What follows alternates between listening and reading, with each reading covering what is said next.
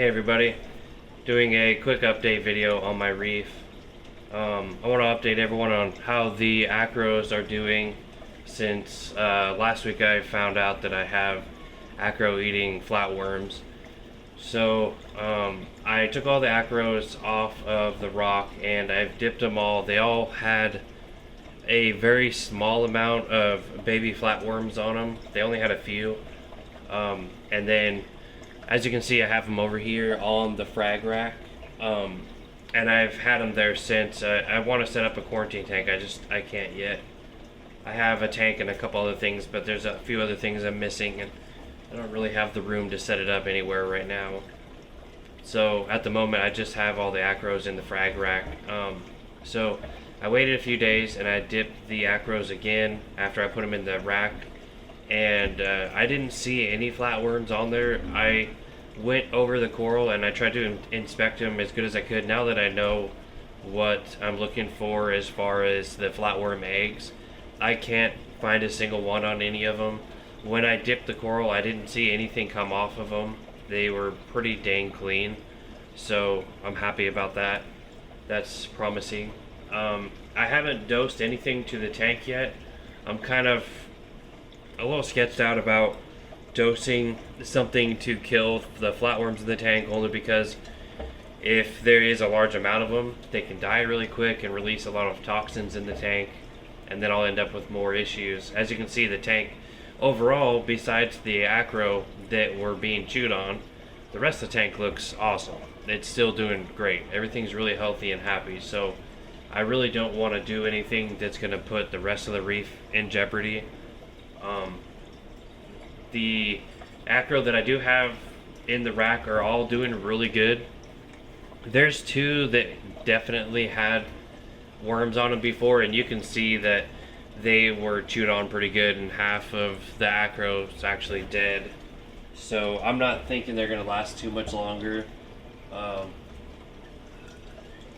This one right here, you can see, was half eaten, and honestly, I'm probably gonna have to just throw this one away because that one's most of the way dead.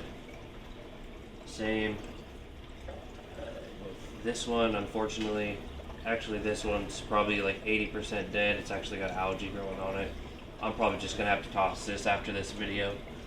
But the other ones that are up here still look great. Like this one still has all its color. It looks great. It's still growing.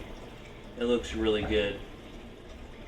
So I'm trying to keep it, and the other ones that are up here on the rack, these other four still look really happy and healthy. So I'm gonna try to keep those alive, and I'm gonna keep dipping them, and hopefully I can kill off all the flatworms. I'm really hoping that in the rest of the reef I'll be able to just kind of wait it out and let them starve out.